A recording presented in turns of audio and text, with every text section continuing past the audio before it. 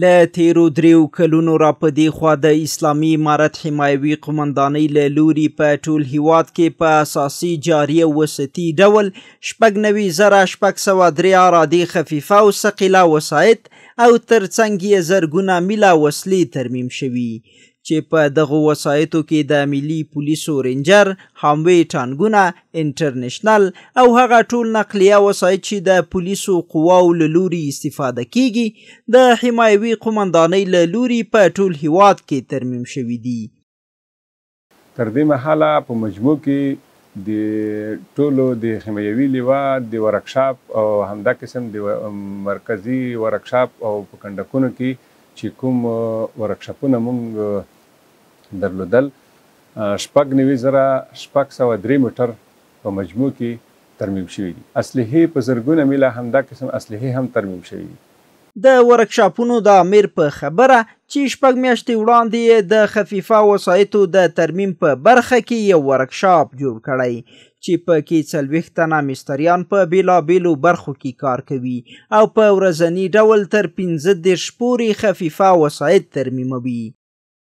دا ورکشاپ یو 15 میاشتې یا 6 میاشتې داسې موده به کېږي چې دا نوی فعاله کړی ده چې په دې کې 3 رقمه کارونه کېږي.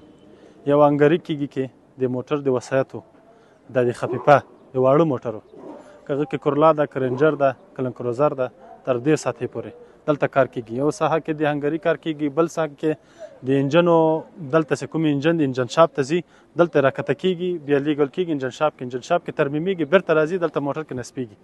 او بل د وسط په نامو چې کوم کارونه دي لکه یټ خرابي، کرومیل خرابي، مثال ډیزل پمپ خرابي، ټیپټ خرابي، بل داسې ټیپټ کاور خرابي، ټیمینګ خرابي، څه هر څه خرابي هغه بیا دلته د دې کې ترمیم کېږي. نو دې کې دغه نوی ځای چې موږ فعاله کړی ده دا 3 بخشه پکې کار کېږي او هغه هم ټول د خفیفه وسایطو.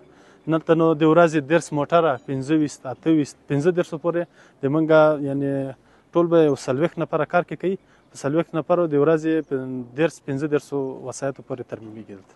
ایمل چې له 7 کلونو څخه د ثقیله وسایطو د ترمیم په برخه کې کار کوي وایي چې په یاده برخه کې ټول ثقیله وسایط ترمیمیږي او په دې برخه کې ورته ټول امکانات برابر شوي دي. بسم الله الرحمن الرحیم. ایمل هستم، یکی از مکانیکای قماندانی حمایوی بخش وسایط ثقیله. مدت 7 سال می شود که در اینجا ما وظیفه اجرا میکنیم. وسایط ثقیله هر چیز که باشد از لحاظ حاموی، تانک، انترنشنل ما اینجا ترمیم میکنیم. انشالله که کدام مشکلات برای ما نیست که اگر پرزه باشه ما او را در موتر استفاده میکنیم، که نباشه انشالله پرزه خراب خودش ترمیم پس میکنیم و انشالله که ترمیمش میکنیم، جورش میکنیم.